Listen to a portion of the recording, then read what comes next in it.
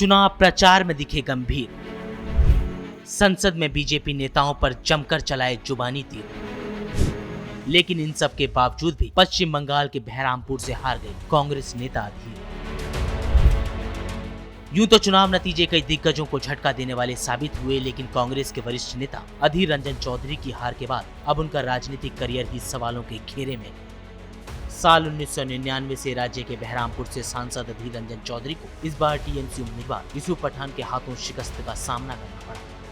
Cricket की pitch पर शानदार बैटिंग करने वाले यूसुफ पठान ने राजनीति की पिच पर भी शानदार प्रदर्शन किया और अधीर के छक्के छुड़ा दिए। ऐसा इसलिए क्योंकि बहरामपुर सीट पर एक छत्र राज करने वाले अधीर को 85,000 से ज्यादा वोटों से हारे। अपने राजनीतिक करियर पर सवाल तो खुद अधीर रंजन चौधरी ने ही खड़े कर दिए। एक बंगाली टीवी चैनल को दिए इंटरव्यू में उन्होंने कहा, मुझे नहीं पता कि राजनीतिक भविष्य कैसा होगा। इस बात की भी आशंका है कि अब कठिन समय आने वाला है। टीएमसी से लड़ाई के चक्कर में मैंने अपनी आय का सोर्स तक खतरे में डाल दिया। मैं तो बीपीएल सांसद हूँ और राजनीति के अलावा मेरे पास कोई हुनर भी नहीं है।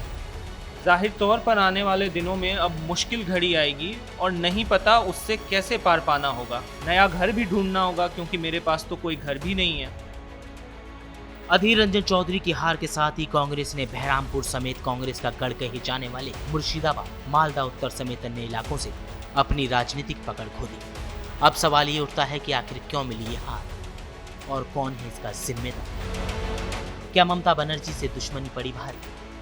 अधीर रंजन चौधरी की ममता से राजनीतिक दुश्मनी कोई नई नहीं। जब जब अधीर को मौका मिला तब तब वो ममता बनर्जी पर जमकर बरसे। इसकी तस्दीक करता है चुनाव प्रचार के समय अधीर का दिया ये बयान। ममता बनर्जी पर बिल्कुल भी भरोसा नहीं है। उन्होंने गठबंधन छोड़ दिया है और वो बीजेपी के साथ जुड़ सकती हैं। टीएमसी के बदले बीजेपी को वोट देना बेहतर है। हार पर जारी बवाल के बीच एक सवाल ये भी सामने आ रहा है कि अधीर ने खुद ही अपनी शिकस्त की जमीन तैयार की। ऐसा इसलिए क्योंकि जब कांग्रेस समेत इंडिया गठबंधन के नेता किसी भी हाल में ममता से दूरी को राजी नहीं थे, ऐसे समय भी अधीर के चुनावी तीर थमने का नाम नहीं ले रहे थे और उनके तेवरों की गर्मी बरकरार थी। तो आइए एक नजर उन आंकड़ों पर भी डालते हैं जो सियाह तस्वीर को साफ करते हुए दिखाई दे रहे हैं। रिपोर्ट्स के मुताबिक कांग्रेस नेता अधीर रंजन चौधरी की वजह से ही पश्चिम बंगाल में कांग्रेस और टीएमसी के रिश्ते पर बर्फ जमी रही और सीटों के बंटवारे पर दोनों के बीच सहमति नहीं बन सकी। अधीर रंजन चौधरी ने तो यहाँ तक कह दिया कि उनकी राजनीति ममता बनर्जी के विरोध पर ही टिकी है, भला वो साथ जाकर नुकसान क्यों उठाना चाहेंगे। अधीर ने ये भी कहा, किसी ऐसे व्यक्ति के पक्ष में नहीं बोल सकता जो हमारी पार्टी के साथ ही मुझे भी बंगाल में राजनीतिक रूप से खत्म करना चाहे। जो भी हो, अधीर रंजन चौधरी की बुलंद आवाज 18वीं लोकसभा में नहीं सुनाई दी।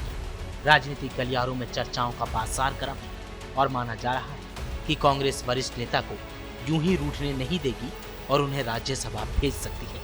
अगर ऐसा होता है तो जाहिर तौर पर अधीर के पॉलिटिकल करियर को नया आयाम मिलेगा, लेकिन इसे लेकर किसी भी पुष्टि पर भरोसा भला कैसे किया जाए। कांग्रेस के सामने एक तरफ इंडिया अलायंस को मजबूत करने की चुनौती है जिसमें टीएमसी एक बड़ा रोल अदा कर सकती है, तो वहीं दूसरी तरफ वरिष्ठ नेता अधीर रंजन चौधरी भी वो कहते हैं कि राजनीति में कोई परमानेंट दुश्मन नहीं होता और न ही परमानेंट दोस्त होता है।